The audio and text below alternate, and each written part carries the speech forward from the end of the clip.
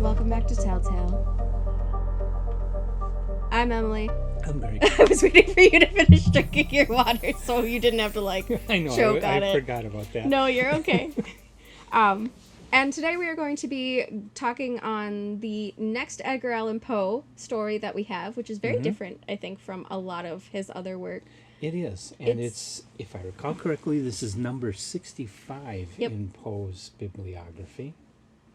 65. 65, and the story that came right after this is The Fall of House of Usher. Mm-hmm. Which is a fantastic read as well. Yeah, so this story was published in Burton's Gentleman's Magazine of August 1839. All right, so our synopsis is... Our narrator is introduced to a general, General ABC Smith. Smith, yeah. Or something. ABC Smith. Very weird name. Very, basic name, honestly. It's, very John Doe sounding to me. Mm-hmm. But he is introduced to him, and the guy's a remarkably beautiful man. Well, so everybody says. Yeah, everybody says that he looks really good, and everything looks, pristine on this guy. If I have it right, he's going through a party. Yeah, he's at a party. Interviewing people trying to find out about this general. Yes. He wants to learn about this general because it was a great general in the Kickapoo and... Bugaboo or something. Bugaboo Indian War. Yeah, Anyway. So he's at this party, he gets introduced to this general, and he keeps hearing that this general is some kind of war hero. And he's wandering around trying to figure out the guy's actual story, but he doesn't want to ask the general outright at first. So he goes to the gossipy bitch in town at church and sits next to her and asks her through whispers during the sermon. And as they're whispering, the pastor gets mad and just kind of slams down and starts talking louder, so they get interrupted. And then so he asks another two ladies who he has tea with. Mm-hmm. And they're also quite gossipy and know a lot of things about it. But they basically... It's they all read from a script. Yeah, they say almost the exact same thing with maybe some very slight variation, and then they get abruptly interrupted by another party at the tea shop or the tea room that they're at or whatever, or in the ballroom. I can't remember if that's in a ballroom at a party where there's multiple tables or whatever. Yeah, they get interrupted by another woman who asks another question, and so they end up having a conversation with her, and he doesn't get his information, and then he goes to one of the professors and starts talking to the professor, and the professor's literally saying word for word the same thing that the other ones did. Everyone else has said. So he's like, okay, I'm gonna go just ask the general. And they basically really say nothing except that he's a great guy, beautiful, great body, war hero, terrible war. Isn't technology so wonderful? Isn't technology? Yeah, aren't the innovations of our time great? Which is something that the general was talking to the guy about when they met at the party. So he didn't interrupt him because he was very emphatic about it, or emphatic about it. Words are hard. And so he goes to the general's house, and he barges on in because he knows and right into the general's dressing room, and he kind of kicks a piece of leather on the floor, only to find out that this leathery pile of skin on the floor is actually the general. Mm-hmm. So spoiler alert, sorry. But as he stands there, the general's servant, who is black. I mean, he uses the N-word, unfortunately, in that, so it's racist. 1839 racism in America. And so the general's kind of shouting orders at his servant to assemble him, essentially. So every time he has a prosthetic put on to kind of rebuild him, he describes to the narrator who to get that prosthetic from and why. Mm-hmm. But so... by the end of it, the conclusion is the general is the man who was used up. Yeah, there's almost nothing of him left. Yeah, there's nothing of him left because he was just beaten to a pulp during the war. Mm-hmm. And so there was a lot for me to unpack on this one. And go ahead Yeah. and like introduce your experience was very different than mine on this Well, one. yeah, because I gotta admit, I didn't get it. I mean, I ended the story thinking, well, is this guy a robot or something? Mm-hmm. Or, Kind you of. know, and why is everybody just reciting this same script? Why, you know, it's like they were prompted to only say this and they can't say anything else. Mm-hmm. Why? Why is that? Why can't they just tell the guy straight out what's going on? So the way that I interpreted it is because disabilities are uncomfortable, Mm-hmm. especially invisible ones. So Greg had asked me like, why are they all stupid? I'm like, oh no, they're not stupid at all. Everyone knows what has happened to this man. Mm-hmm. No one wants to talk about it Yeah, so they because just it's kind of gloss it uncomfortable. over. Yeah, they're with glossing how over it. wonderful it all is. Yeah, with how wonderful technology is and oh, what a great thing. So it goes a lot deeper than just like them being uncomfortable with dealing with this guy who's disabled. What they're Mm-hmm. more, the uncomfortable part is he didn't really win the war. He lost because now he's a fragment of a human being when you think about it. Yeah. So he in essence he lost. So there's really nothing heroic about him Mm-hmm. except his will to live. Mm-hmm. His will to find all those prosthetics and continue to live in his state of being. Well, and after we started talking about it, I started to get it, and I started to see that what Poe's getting at is the tragedy of how this guy going in, trying to do his duty, and he was just totally destroyed, reduced to nothing Mm-hmm. by war, by the military, by the government. Yeah, he was By the basically people. used up until he couldn't serve anymore.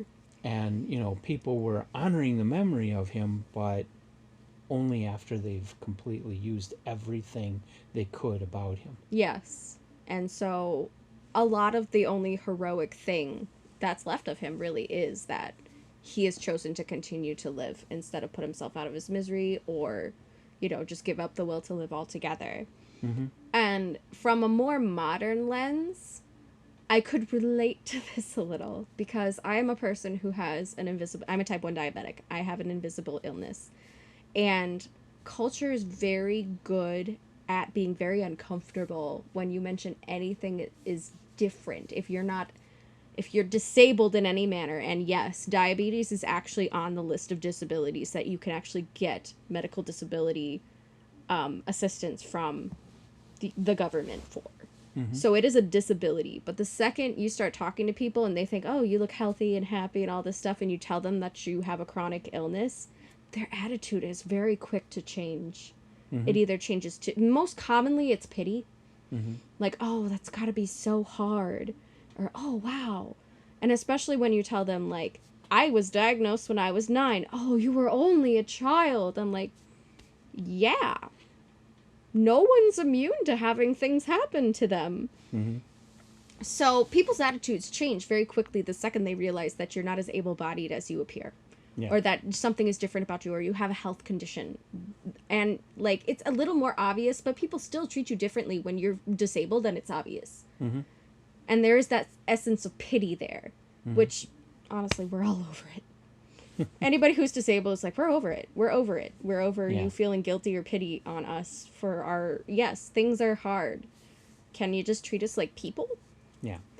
And this is a very good story that kind of depicts that, where everyone seems to have this, like, keep this facade of, oh yeah, he's a war hero and all this stuff, even though they know full well there's that essence of pity. Everybody's trying to, like, have this false positivity about it, when really deep down they feel awful that this man keeps going. The only person who seems actually kind of chipper is him, because he's so joyfully and matter-of-factly talking to the narrator about how all these prosthetics and how he found them and how they've worked for him. And he's like, these were better than my regular eyes. Like, these limbs are sturdy, and they, it's basically him saying, like, yes, modern technology has allowed me to live a normal life despite me being used up.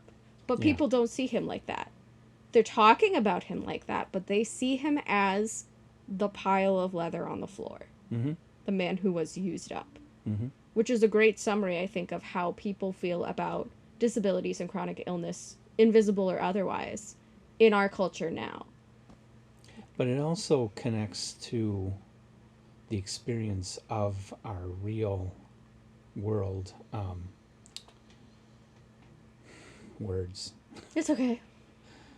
Veterans. Yes. That's the word I want, veterans. Yes. Because, you know, so many of them come back with limbs missing and their heads messed up and stuff like that. Mm-hmm. And some people have been very well taken care of, but others have not been well taken Mm-hmm. care of and have had a lot of struggle trying to just get through the rest of their lives. And it's all because we sent them over to fight some political battle Mm-hmm. where the people that really were fighting weren't actually doing any of the fighting. They were sitting in comfortable offices in their homeland. Yeah, it was the Just leadership who sent shouting them orders. off. Mm-hmm. You know, and they went and did the job, and they come back, and especially after Vietnam, got Yeah. no thanks. Yep. No thanks. Disabled. I think today Messed up. we do have a lot more support for our veterans and a lot more people who are sympathetic to them, but there have been times when we just tossed them aside. Mm-hmm. You know, they weren't capable, they were disabled. We didn't care about it. We didn't care that they got that way protecting the rest of us. Mm-hmm. Yeah. And, Or even not even us. Our ideals. Yeah. Wasn't even protecting humans. Protecting it was our instrumentalities. Yeah, protecting ideals and thoughts, but it was really ambiguous things, not even our physical persons. Yeah. But yeah, it's definitely a lot of commentary on how people view people who have come back from war. Oh, I feel so bad for them. Mm-hmm. Oh, I take pity on their struggle.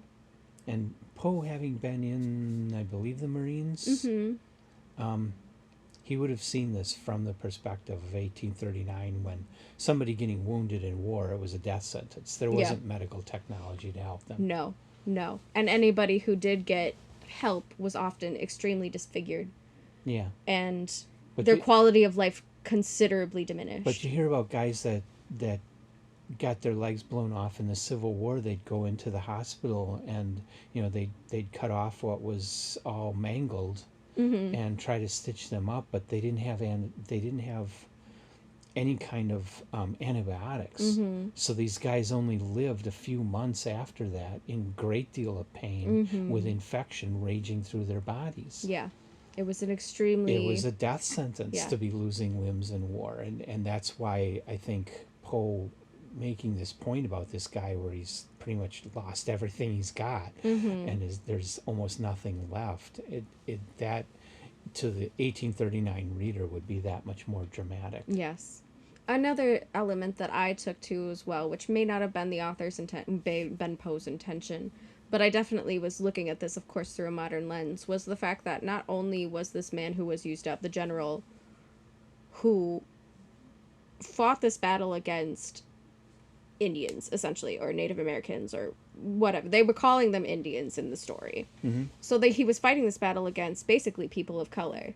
And the only person who will help him was the forced servitude of another person of color. Yeah. So he kind of treats this person of color badly, but that has to feel really like a lot of conflict internally. Is like, I have all this entire public of people who could help me, and I have to face the trauma of dealing with this guy because I've dealt with having to fight against people of color, and now I have to rely on this person of color. So in that time, that probably would have been a really big hit to his ego as well. And in the language that he uses towards his servant, you can tell there's a lot of animosity and anger there. Yeah. So there's that additional social commentary of how people were mistreated if you were a person of color, and how people were dedicated to that mistreatment. And it's hard to really interpret that because, I mean, Poe was, obviously after reading the Gold Bug, Poe was pretty racist. But was he trying to say that it was bad for them to have been fighting these wars against the Indians and not Yeah, it's hard to doing, say. was he being anti-racist on the Indians when he was so racist towards black people? I'm not quite Yeah. sure. Or was I'm he not just sure how to writing for interpret that part accuracy? of it. Yeah. Was he just writing for accuracy of his time? We don't get to Yeah. know his full feelings on racial things unless he wrote letters somewhere that we don't know about where he was very racist, or journal entries out there somewhere where he was racist. Yeah. Unless we have those documents, we don't know. Sometimes it almost seems like Poe is being sarcastic about his society, but on the other hand, 1839 Virginia, it's hard to believe that Poe wasn't racist. Yeah, it really is. So I've been not sure. assuming this whole time. I've just been assuming Yeah. from the pieces of you told me about the gold bug, the one with the comedy one, How to Write a Blackwood Article, and Yeah. the what was it? The situation or the sequel to that one. Oh yeah, Where I she forget has the a name black of it. But she has yeah, a the one black that servant follows as it. well and uses common terminology from that day that is considered a racial slur now. Yeah. She uses the But word. I mean, no matter what his feelings were, he was trying to get published in magazines that were published in the American South Yeah. before the Civil War. So the readers, it would Yeah. have been standard to, be pretty racist Yeah. in the stories. Yeah. And even if he wasn't being racist, that terminology probably wasn't even considered racist because of how racist society was. It was just Yeah. acceptable. Yeah, they So would we have, don't would get have to thought know. nothing of it. Yeah, we don't get to know for sure.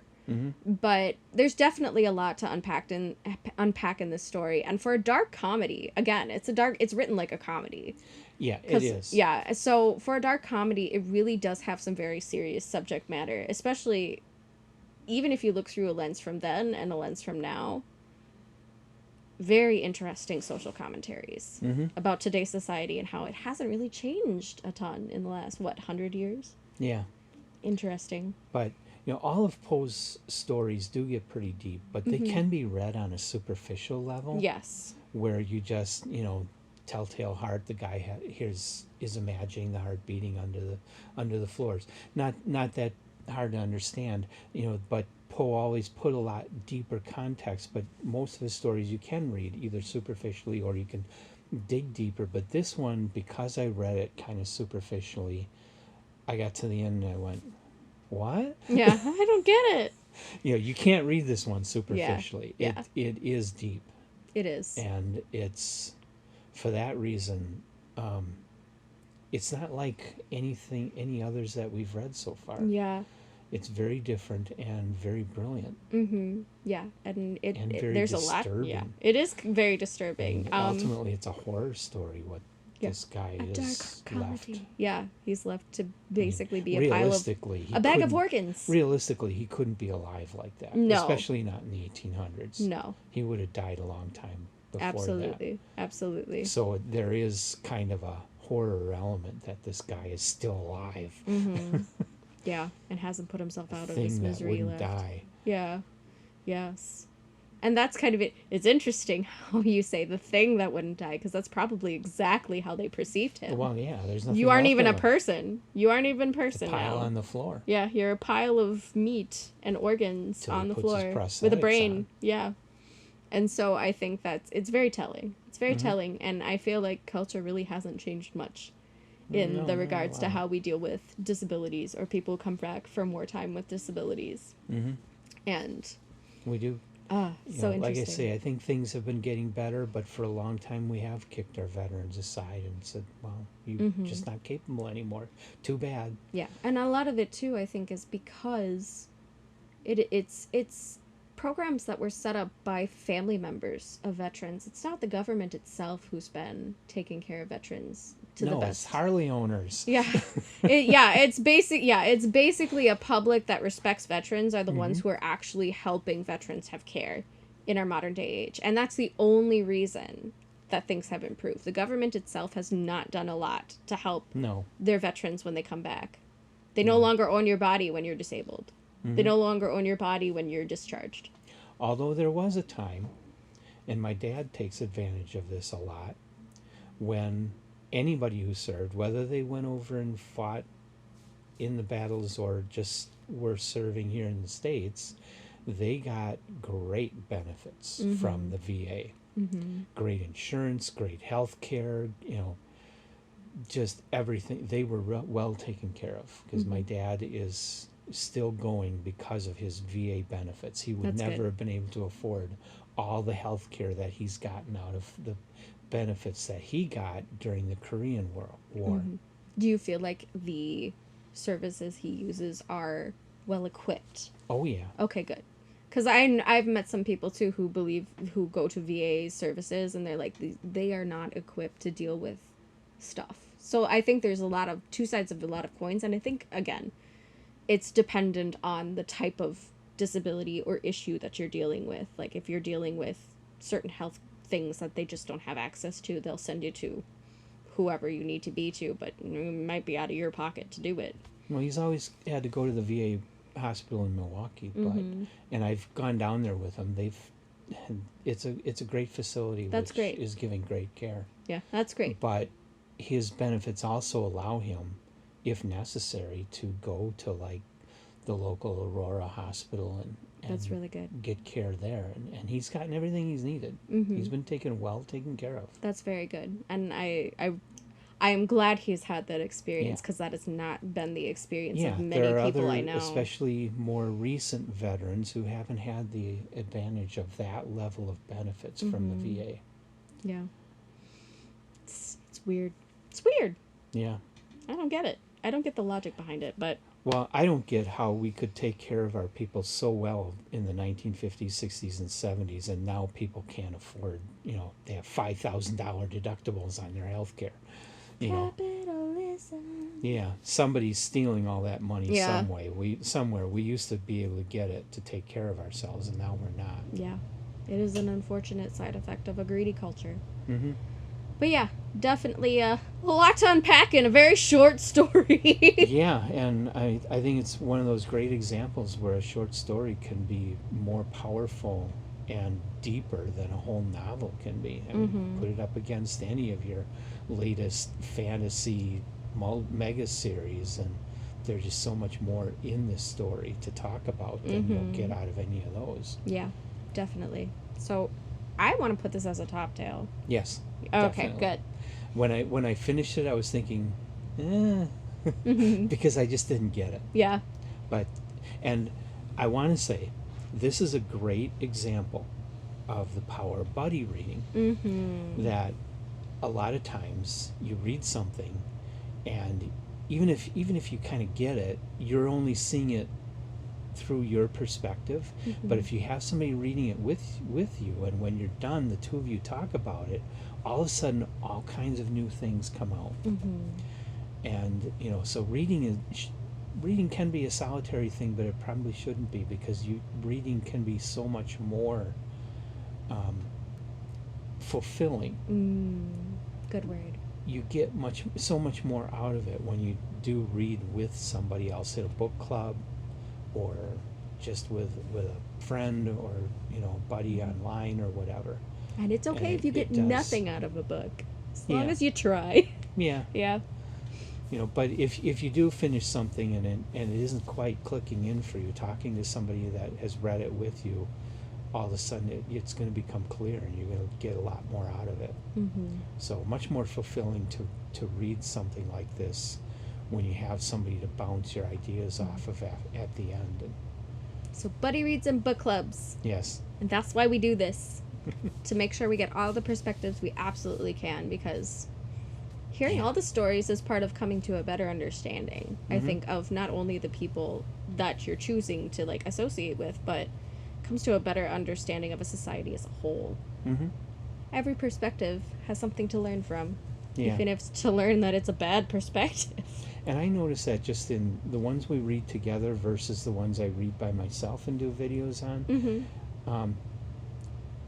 When we read them together, the videos are so much longer because we have so much more to say and so many more ideas. When I do it by myself, I have my ideas, but they're much shorter videos because I'm just not getting as much out of it. Yeah, so there's definitely something to be said about doing communal reading, for sure. So reading is a social thing. Yes, it is. I think too. That's how I literally made a friend, and it's very hard to make friends in adulthood, cause you're so busy, and like if you're not like a bar person in Wisconsin, which I am not, you don't go out and get to meet new people. Mm-hmm. So, one of my most recent friends, I made meeting at the book section of the thrift store. And they happened to mention that they were from Texas and just recently moved and didn't have anybody. And we happened to be looking in the sci-fi section together and looking at similar books and talking about books. And we are now best friends. Mm. So, that's how I met Nikki. Okay. But yeah, like it is very much a social thing, and being able to relate to each other and build relationships through literature is very powerful. Mm-hmm. So I definitely am a big social reader. Yeah. Make friends. So I guess that's all I have to say about it. Yeah, that's kind of, I've exhausted myself. I could keep going, but again, I'd probably just be repeating myself with different words. Okay. So thanks guys for joining us. Please look into the rest of our YouTube channel. We talk about a lot of interesting, sometimes controversial topics, and literature. We're also doing a lot on our Patreon, so feel free to join us over there for some exclusive content if you'd like. And thanks for joining us, guys. And since reading is so social, leave comments. Yeah, let us know what you think. This was a 15-minute read, and you can find it just about anywhere. So feel free to look it up, give it a quick read, and let us know what you thought. So thanks for joining us, guys. We'll see you next time. Bye.